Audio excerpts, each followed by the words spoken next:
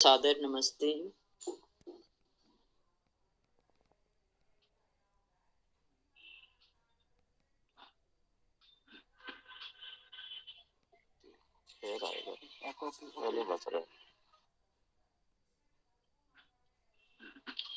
ओम खं ब्रह्म।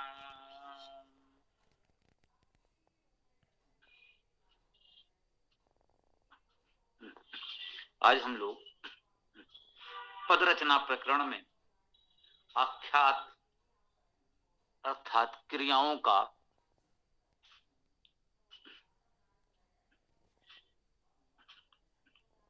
पाठ करेंगे, चर्चा करेंगे। वास्तव में पद रचना में मुख्य रूप से दो ही भेद हैं, नामिक और आख्यातिक। नामिक में संज्ञा, विशेषण, सर्वनाम आते हैं, इनकी चर्चा हम लोग कर चुके हैं। आज हम लोग आख्यात अर्थात क्रियाओं की चर्चा करेंगे। ये क्रियापद कैसे बनते हैं। नाम शब्दों की चर्चा करते समय हम लोगों ने ये भी जाना था कि संज्ञा और विशेषण शब्द भी बनते धातुओं से ही हैं।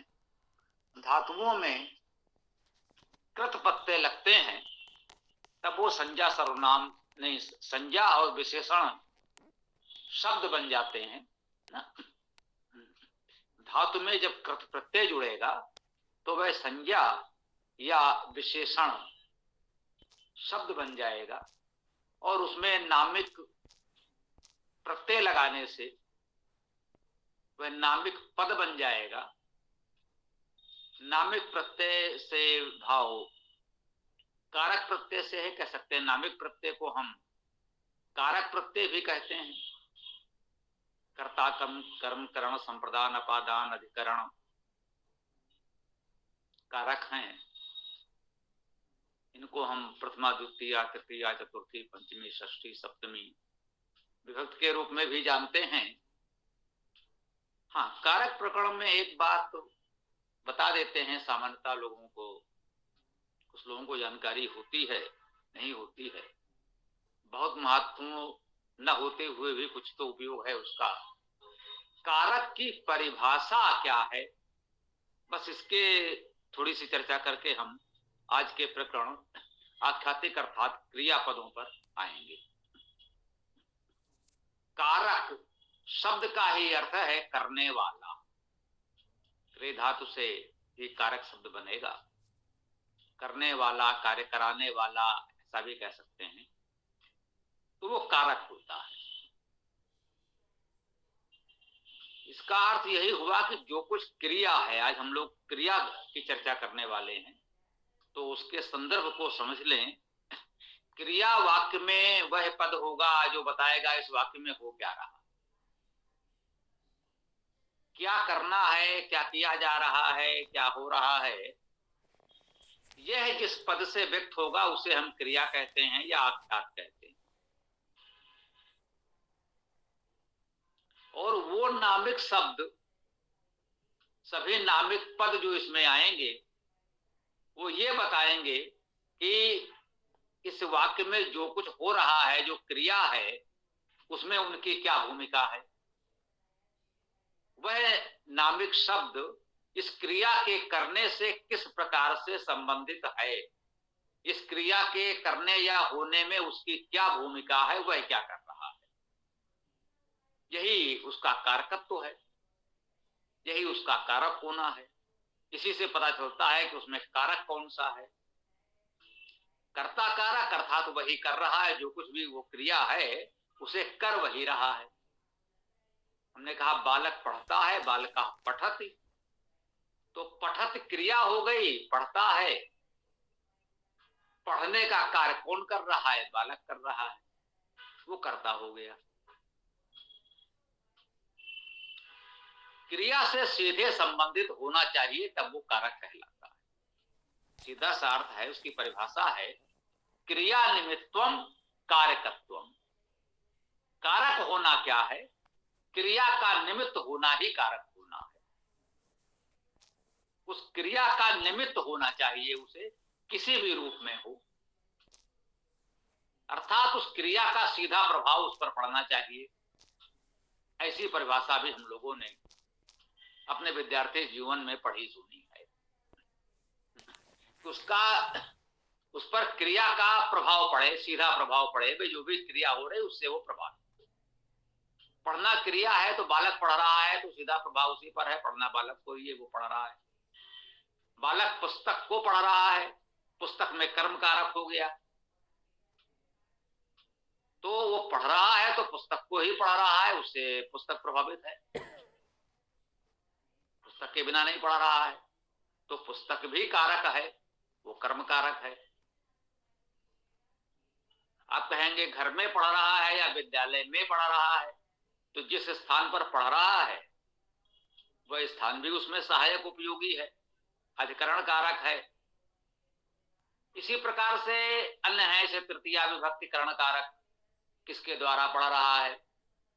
अध्यापकेन पठति, अध्यापक द्वारा पढ़ रहा है, किसी अन्य माध्यम से पढ़ रहा है।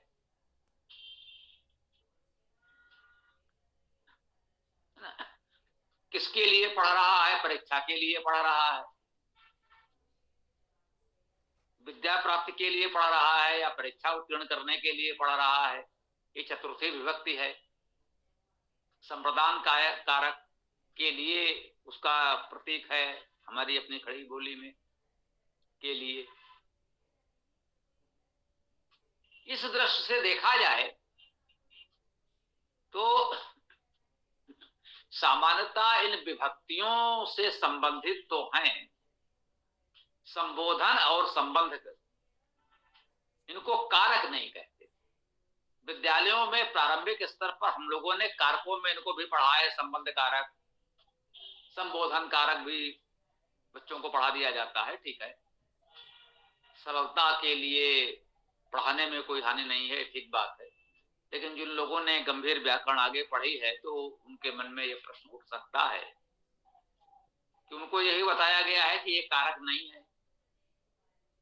प्रथमा विभक्ति से कर्ता भी बनता है, वो कारक है कि जो क्रिया है उसे करेगा तो करता ही, तो वह तो कारक है, सबसे प्रमुख कारक है, प्रथमा विभक्ति है। इसीलिए संबोधन, किसी को हम संबोधन करते हैं, हे बालक,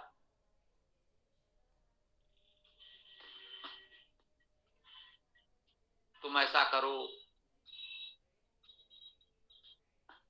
उसे संबोधित कर रहे हैं, कह रहे हैं, बुला रहे हैं, फिर देखेंगे वो क्या करेगा। सामान्यतः उसको कारक नहीं माना गया। मुझे लगता है कि वो संबोधित करते हैं तो उस क्रिया के लिए ही करते हैं। यदि आगे वाक्य पूरा करेंगे तो किसी क्रिया को तो कहेंगे ही। एक प्रकार से वो संबंधित हो भी जाता है। ये तो कुछ आचार्य मानते हैं, नहीं है तो भी कोई बात नहीं। हमने पहले ही कहा ये विषय बहुत महत्वपूर्ण नहीं है, फिर भी एक प्रकरण है तो क्यों छूटे, किसी के मन में प्रश्न आए तो अभी मुझे ध्यान आ गया तो मैंने कहा थोड़ी चर्चा कर देते हैं। संबंध कारक, जैसे हमने सहज भाव से कह दिया, बचपन से पढ़ा है, तो संबंध को षष्ठी विभक्ति से व्यक्त किया जाता है, और षष्ठी विभक्ति को संबंध तो कहते हैं, कारक नहीं कहते। क्यों नहीं कहते? जैसे अब हमने कहा रमेश का भाई पढ़ता है, रमेश में षष्ठी विभक्ति है, का लगा है, रमेशस्य भ्राता पठति। गुरु शिष्या पठति, गुरु का शिष्य पढ़ता है। तो पढ़ने का कार्य कर रहा है रमेश का भाई या गुरु का शिष्य या किसी का पुत्र। मम पुत्रा पठति, मम मित्रा पठति, मेरा मित्र पढ़ता है। तो पढ़ने वाला मेरा मित्र है, रमेश का भाई है, गुरु का शिष्य है, लेकिन मेरा मित्र पढ़ रहा है, मैं नहीं पढ़ रहा हूं। उस पढ़ने से मेरा कोई संबंध नहीं है। मेरा जो भी संबंध है उस मित्र से है जो पढ़ रहा है। रमेश का भाई पढ़ रहा है तो पढ़ तो भाई रहा है, रमेश का पढ़ने से क्रिया से कोई लेना देना नहीं है। जो पढ़ रहा है वो उसका भाई है, बस इतना भर संबंध है कि पढ़ने वाला उसका भाई है। पढ़ने से संबंध उस भाई से है, रमेश से नहीं। किसी आचार्य गुरु का शिष्य पढ़ रहा है तो उस शिष्य का एक परिचय भर है कि ये उसका शिष्य है जो पढ़ रहा है। वह आचार्य गुरु नहीं पढ़ रहा है, पढ़ तो वो विद्यार्थी ही रहा। तो पढ़ने का संबंध उस विद्यार्थी से है, उस भाई से है, मेरे उस मित्र से है, परंतु उस गुरु से या रमेश से पढ़ने का सीधा संबंध नहीं है। इसलिए संबंध को या षष्ठी विभक्ति को कारक नहीं माना जाता। व्यवहारिक दृष्टि से इसका कोई बहुत महत्व नहीं है। आपको वैसे ही विभक्ति सीखनी है, वैसे ही वाक्य में प्रयोग करना है।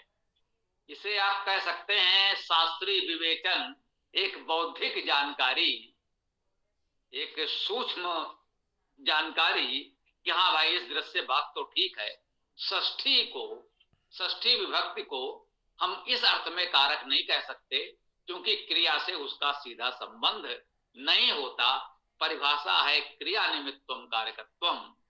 कारक का अर्थ ही है कि उस क्रिया को कराने वाला, उस क्रिया को कराने में जिसकी जो कोई भूमिका है तो वही कारक है, क्योंकि संबंध जिससे है तो उस कारक से उसका संबंध तो है लेकिन वह स्वयं कारक नहीं है। तो षष्ठी विभक्ति को कारक नहीं माना जाता। हो सकता है षष्ठी विभक्ति जिसके लिए आई है उसका भाई, उसका मित्र, उसका शिष्य वो वहां उपस्थित भी ना हो, वो तो मात्र उसका परिचय भरा है। तो मुझे ध्यान आ गया, मुझे लगा कि प्रकरण छूटे ना किसी के मन में आए तो एक सामान्य सी जानकारी दे दी। यद्यप स्पष्ट कर दें वो छूटा इसीलिए था, चर्चा इसीलिए नहीं हमने की कि इसका कोई बहुत महत्व है नहीं। आगे और प्रकरण आएगा विस्तार से, जब इसकी चर्चा करेंगे तो हो सकता है और जिसकी बात आ जाए। अब आज का जो विषय है हमारा वो है आख्यात अर्थात क्रियापद। ये कैसे बनेंगे? धातुओं में प्रत्यय लगाने से शब्द बना, उनमें ये कारक या ये विभक्तियां लगाने से पद बना, वो हमने सीखा। क्रिया बनाने के लिए जो धातु है उसमें सीधे विभक्तियां लगेंगी, क्रिया विभक्तियां लगेंगी, ऐसा कह लें। इसे लकार विभक्ति भी कह सकते हैं, लकार प्रत्यय भी कह सकते हैं। जिस भी नाम रूप में आपने सुना पढ़ा हो वो महत्वपूर्ण नहीं है, बस इतना जान लें जो क्रिया है उसमें ये कोई ना कोई कुछ विभक्ति जुड़ेगा जिससे उसका लिंग वचन पुरुष लकार तय हो जाएगा। एक छोटा सा शब्दांश जुड़ेगा, वो आपको उसका काल या लकार बताएगा, वो किस पुरुष में है ये बताएगा, किस वचन में है ये बताएगा। क्रियाओं में लिंग भेद नहीं होता तो उसे बताने की आवश्यकता नहीं पड़ेगी। ठीक, तो वो लकार बताएगा, वचन और पुरुष बताएगा। लकार वचन पुरुष ये तीन बातें वो एक छोटा सा प्रत्यय बताएगा। जैसे अभी हमने पठत की चर्चा की, पठ धातु है उसमें अति जुड़ा तो पठत बन गया। अब ये अति जो जुड़ा इसने क्या बताया? इसने बताया ये पठत जो है ये अन्य पुरुष है, एक वचन है और लट लकार या वर्तमान काल है। लकार हमने आपको बताया था, लकार का और कोई शाब्दिक अर्थ नहीं होता, ये मात्र प्रतीक है। व्याकरणाचार्यों ने कुछ भी समझ करके ये लकार ये भूत भविष्य वर्तमान काल या और इनके कुछ उपभेद वाक्य रचना के विधि वाक्य आदि, इन सबको मिला करके इन रूपों को निर्धारित किया, इनका वर्गीकरण सारणीकरण किया, इनको सूत्रबद्ध नियमित किया। तो इनको व्यक्त करने के लिए उन्होंने कुछ उसके नाम दे दिए स्वेच्छा से। उसका भी कोई और आधार कारण मत पूछिए कि भई उसको यही क्यों कहा गया, उसका कोई कारण नहीं है। बस उन्होंने एक नाम दे दिया और एक हमारे लिए प्रतीक हो गया कि इसका ये नाम है, तो इसका ये अर्थभाव हम ग्रहण कर लें। जो उन्होंने नाम दिए, चूंकि एक प्रतीकात्मक नाम देना था, अब ये उन्होंने स्वेच्छा से एक ला अक्षर चुन लिया। अब ला क्यों चुना ये कोई नहीं जानता उसके अलावा जिसने इसे चुना। पूरी वर्णमाला में उनको ला ही क्यों चुनने में ठीक लगा, ये तो वही जाने। इसका और कोई कारण तर्क मेरे जानकारी में तो नहीं है। यदि किसी की जानकारी में हो तो बता सकता है, स्वागत है, जब समय आएगा चर्चा का प्रश्न उत्तर में तो कह सकते हैं, लेकिन मेरी जानकारी में नहीं है कि ला ही क्यों चुना। अब एक अक्षर ला चुन लिया, दूसरा अक्षर उसके बाद टा चुन लिया, क्या बन गया? लट। तो लट लकार वर्तमान काल। अब ऐसे ही क्रमशः लट में ला अकारांत है, आ है, उसमें छोटा सा लट बना। आ के स्थान पर ई कर दिया तो लिट बन गया, ई के स्थान पर ऊ कर दिया तो लुट बन गया, री कर दिया तो लड़ बन गया, लड़ लकार भविष्य काल हो गया। तो इसी प्रकार से स्वर, एक अक्षर ला चुना और उसमें स्वर बदलते चले गए तो नया नया शब्द बनता गया और सबके अंत में टा जोड़ते चले गए। तो लट, लिट, लट, लुट, उसके बाद लेट, लोट, ऐसे ही सब में बस केवल स्वर एक क्रम से लगाते चले जाइए। लट, लिट, लट, लट लकार भविष्य काल और लूट, लेट, लोट, ये सारे लकार आपके बनते चले जाएंगे। मतलब जो कहें उन लकारों के नाम बन जाएंगे जो व्याकरणाचार्यों ने तय किए हैं, उन्होंने भी ऐसे ही तय किए हैं। अब ला क्यों चुना और टा क्यों चुना ये तो मेरी जानकारी में नहीं है। मैंने निवेदन किया है, किसी की जानकारी में हो तो बता सकता है, लेकिन उन्होंने किसी भी आधार पर चुन लिया, उनको अच्छा लगा चुन लिया, हम यही मान लेते हैं। और इस प्रकार से उन्होंने कुछ नाम रख दिए, कुछ उनको सुविधा हुई होगी पढ़ने पढ़ाने में। अब हमको इतना समझ लेना होता है, लट लकार ये वर्तमान काल के लिए प्रयोग होता है, उसे हम सीधे सीधे वर्तमान लकार या वर्तमान काल भी कह सकते थे। अब देखिए लकार में भी क्यों कह रहे हैं, पर ला है और कार जुड़ा है, ककार, खकार, चकार, ये वही कहा जाता है कि भाई इस अक्षर की बात की जा रही है। तो लकार का अर्थ यही है कि जो ला से प्रारंभ हो रहे हैं हम उन विभक्तियों की बात कर रहे हैं, तो उन्हें लकार कहा गया।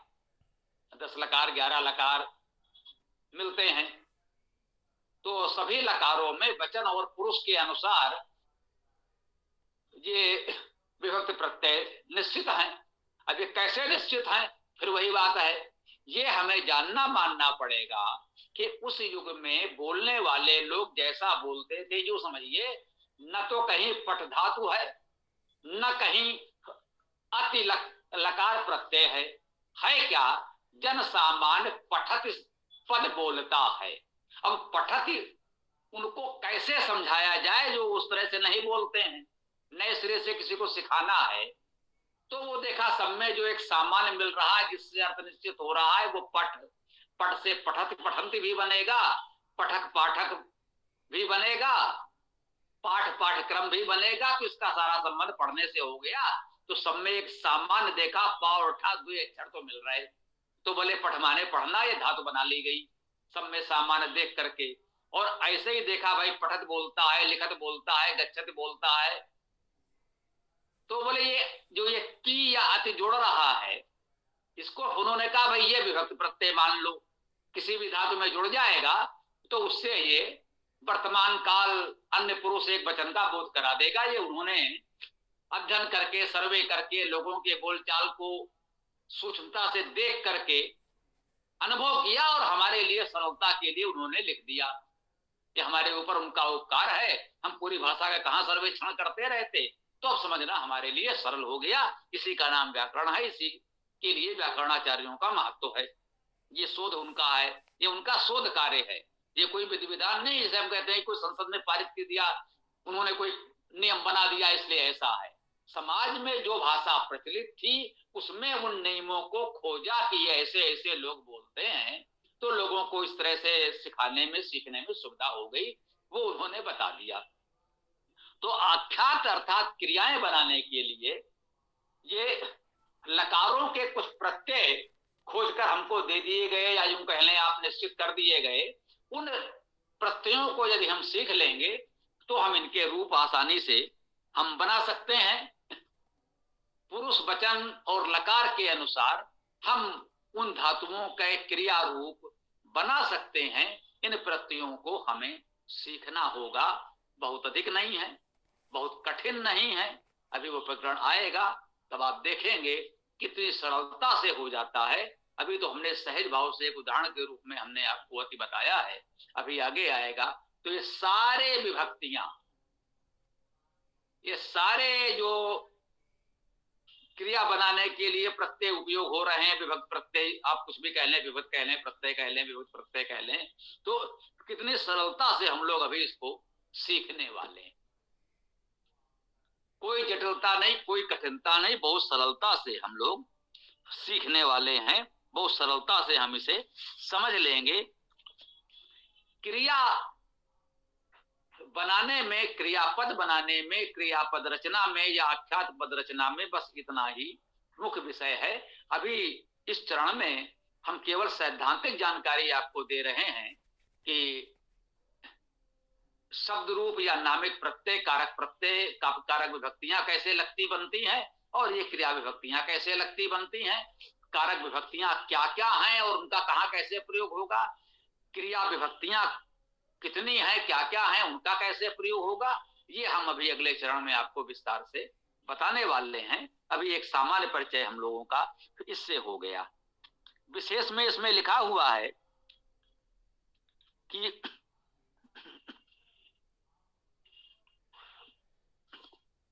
संस्कृत क्रियाएं तीनों लिंगों, पुल्लिंग, स्त्रीलिंग, उभयलिंग में एक समान होती हैं। जैसा कि हमने कहा कि संस्कृत में क्रिया भेद नहीं होता है, हम लगातार इसकी चर्चा कर रहे हैं, वो यहाँ लिखा हुआ है।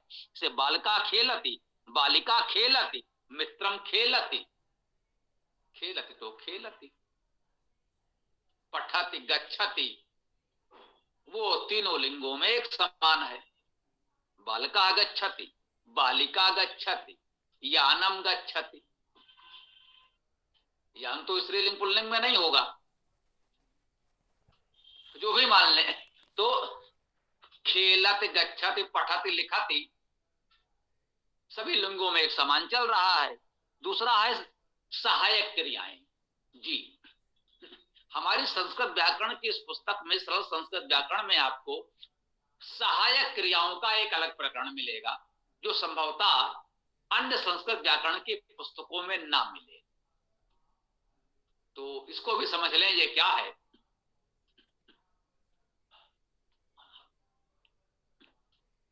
क्योंकि आधुनिक भाषाओं में, वो चाहे भारतीय भाषाएं हों या किसी भी कारण से हमें अंग्रेजी आदि अन्य भाषाएं पढ़नी पड़ रही हैं, उनमें सहायक क्रियाओं की भूमिका महत्वपूर्ण है। सहायक क्रियाएं अलग से हमें पढ़ाई जा रही हैं। तो उस दृष्टि से हमको लगा सहायक क्रियाओं को सीख समझ लेंगे तो संस्कृत भाषा को भी उपयोग करने में आपको सरलता होगी। ये मैंने अनुभव किया। हमको, हमारे साथियों मित्रों को उससे कुछ सरलता तो हुई, इसलिए हमने सहायक क्रियाओं का प्रकरण थोड़ा सा अलग कर दिया। अब आप कहेंगे जब संस्कृत व्याकरण में सहायक क्रियाएं नहीं थी तो आप कहां से ले आए और क्यों ले आए। महोदय, हम नया कुछ नहीं लाए, हम वही बता रहे हैं जो था पहले से। केवल हमारा उसको व्यक्त करने का एक तरीका है जो आपकी सुविधा के लिए सच हो गया। परंपरागत रूप से जो अस धातु कहलाता है या भू धातु भी है, दोनों समानार्थी माने जाते हैं, अस भू भी कहा है। अस और भू धातु दोनों के अर्थ समान है। तो अस धातु के जो रूप आप पढ़ते हैं, जो भू धातु के पढ़ते हैं, तो यही वास्तव में सहायक क्रियाएं हैं। अस धातु से बना अस्ति, अस्ति अर्थात है, यही सहायक क्रिया है। आसीत, था, यह सहायक क्रिया है। तो जैसे बालकः अस्ति, बालकः आसीत, छात्रः आसीत। तो इस रूप में सहायक क्रिया के रूप में पढ़ने में हमें, मुझे लगा है कुछ सरलता हो रही है। इससे एक लाभ और हुआ, जो एक सतत लकार है, कंटिन्यूअस टेंस, जब क्रिया लगातार हो रही है, पठत वह पढ़ता है, बिल्कुल ठीक। अब कहा वह पढ़ रहा है, यद्यप हम आपको बता दें कि संस्कृत व्याकरण में पठत कहने से पढ़ रहा का अर्थ भी ग्रहण कर लिया जाता है, फिर भी आधुनिक भाषाओं की दृष्टि से, आधुनिक भाव संवेदना की दृष्टि से, यदि पढ़ रहा है को अलग से व्यक्त करना ही पड़े तो आप क्या करेंगे? तो पट धातु में प्रत्यय लगेगा, अन, आ ना अस्वर है, हलंत लगेगा, पठन, सह पठन अस्ति, वह पढ़ रहा है, बन गया। अब यहां अस्ति बिल्कुल सहायक क्रिया के रूप में आ, पढ़ रहा, पठन उस क्रिया के रूप में आ गया, और है लगना है यहां पर सहायक क्रिया के रूप में ही, सही अस्ति आपने लगा दिया। था तो आसीत लगा दिया, पढ़ रहा था, पठन आसीत। तो इस प्रकार से सहायक क्रिया के रूप में यो माने कि अस धातु और भू धातु के जो रूप बताए जा रहे थे, उसको हमने सहायक क्रिया के रूप में अलग से आपको पढ़ा दिया। नया कुछ नहीं है, प्रयोग करने में बिल्कुल समान लगेगा। ऐसा ही रूप आपको संस्कृत साहित्य में, काव्य आदि में दिखेगा, पहले से प्रयोग होता आ रहा है। हम नया कुछ नहीं बता रहे हैं, केवल बताने का तरीका कह लीजिए कि सहायक क्रिया एक अलग प्रकरण बता दिया, जिसमें अस और भू धातु आपको हम सिखाने बताने जा रहे हैं। तो जो परंपरागत शास्त्रीय परिभाषा है एक तिंग वाक्यम, तो उसमें अस और भू धातुओं के तिंग रूप या आख्यातिक रूप या क्रिया रूप, जिसे अभी तक हम आपको बता रहे हैं, तो वही प्रयोग हो रहे हैं। उसका प्रयोग होने से वो वाक्य पूर्ण हो गया, केवल पठन कहने से पूर्ण नहीं होगा। अब और पठमाना बालका, ऐसा भी होता है, पढ़ता हूं, बालका पठमाना अस्ति, छात्रा पठमाना अस्ति, सयाना शिशु, शिशु सयाना अस्ति, भाई शिशु सो रहा है। तो आन मान प्रत्यय जुड़ने से भी ये रहा रही का सतत क्रिया होने का भाव व्यक्त हो जाता है। तो वैसे तो ये प्रत्यय प्रकरण में अलग से भी पढ़ा जा सकता था, पढ़ाया जाता है, भाई प्रत्यय हैं, तद्धित प्रत्यय। अब इसमें से कौन सा कृत प्रत्यय है, कौन सा तद्धित प्रत्यय है, वो विवेचन कर लिया जाएगा। ये प्रत्यय हैं धातु से या शब्द में जोड़ करके, पठन अस्ति, पठमाना अस्ति, उसमें ये सतत लकार का या कंटीन्यूअस टेंस का भाव भी स्पष्ट कर दिया गया। इस तरह इसमें हम लोगों ने आपको अष्टादश लकार, 18 लकार पढ़ाए हैं। अंग्रेजी में 12 टेंस पढ़ने का अभ्यास आपको है, इसमें 18 लकार पढ़ लीजिए, सब आ जाएंगे। ये केवल जिज्ञासा के लिए बताया, आपको लगेगा कि हाँ हमारी संस्कृत भाषा में वो सब कुछ है। ऐसा नहीं है कि अरे भाई वो रहा रही का प्रयोग आप कैसे करोगे, जी बिल्कुल उसी भाषा में आप देख लें।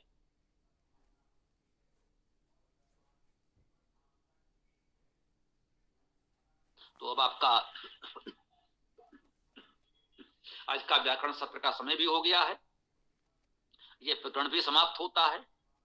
इसके पश्चात तीसरा अव्यय अभिकारी शब्द लिखा हुआ है, वो अव्यय है, इसमें कुछ व्यय नहीं होता। अभिकारी है, इसमें कोई विकार नहीं होता। तो जो शब्द जैसा है वैसा ही पद के रूप में प्रयोग होता है, उसमें कोई विभक्त प्रत्यय नहीं लगता। और ये प्रकरण अब यहाँ पूर्ण होता है। कल से हम लोग अगला प्रकरण इसमें पढ़ने का प्रयास करेंगे, वो है नामिक प्रकरण कारक।